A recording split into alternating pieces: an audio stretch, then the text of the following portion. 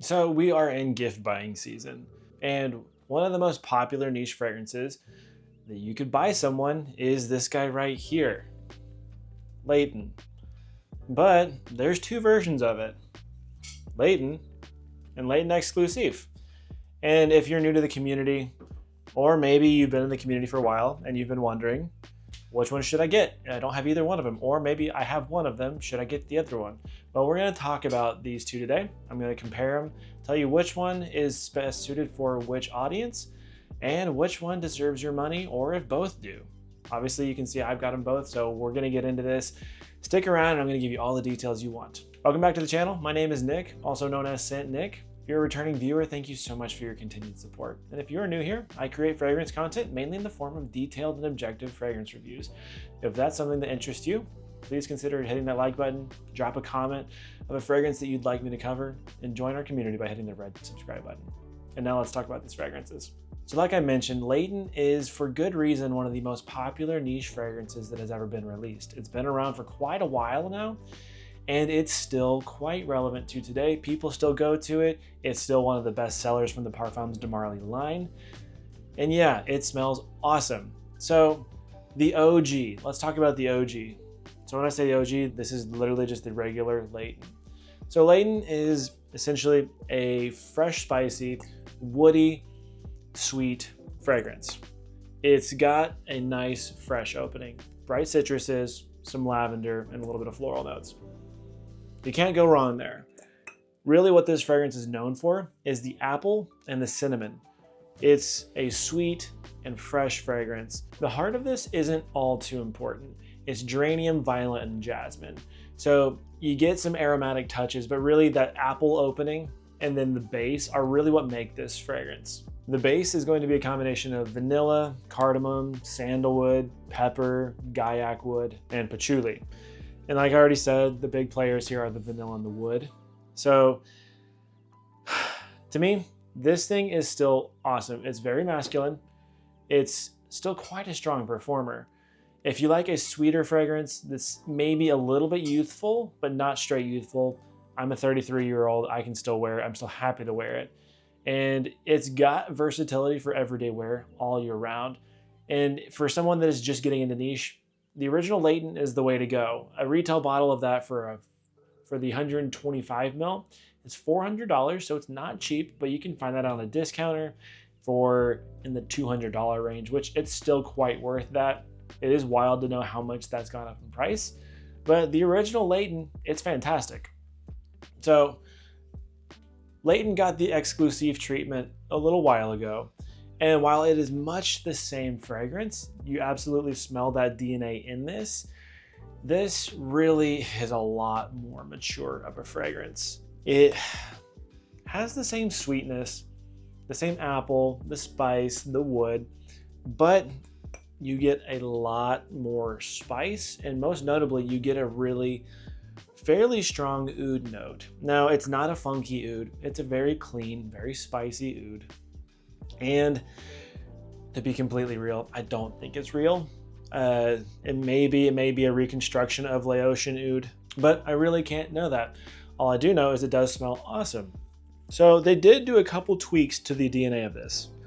So what they did was they added almond to it, which I thought was curious because it gives it a little bit of Pegasus Exclusif vibes, which we're going to cover Pegasus and Pegasus Exclusif tomorrow. So stay tuned for that. But the addition of almond gives the opening a bit more creaminess, which I actually quite like. You also get some watery notes, which I thought was a really curious addition. The original Layton maybe has a little aquatic touch, but there is, when you actually stop and smell this, there is a very watery note. The heart also adds some white floral, which I thought was lovely. There's gardenia and white lily, which, guys, those two notes really do a fantastic job in this fragrance. The other big addition in this fragrance that's in the heart is civet. Now, civet is, if it's real, then maybe a synth, like a synthetic version, but even the synthetic versions get pretty close to the real thing. Civet does a lot to a composition. It makes it very classic smelling, very old school, and you can't really smell it outright in there.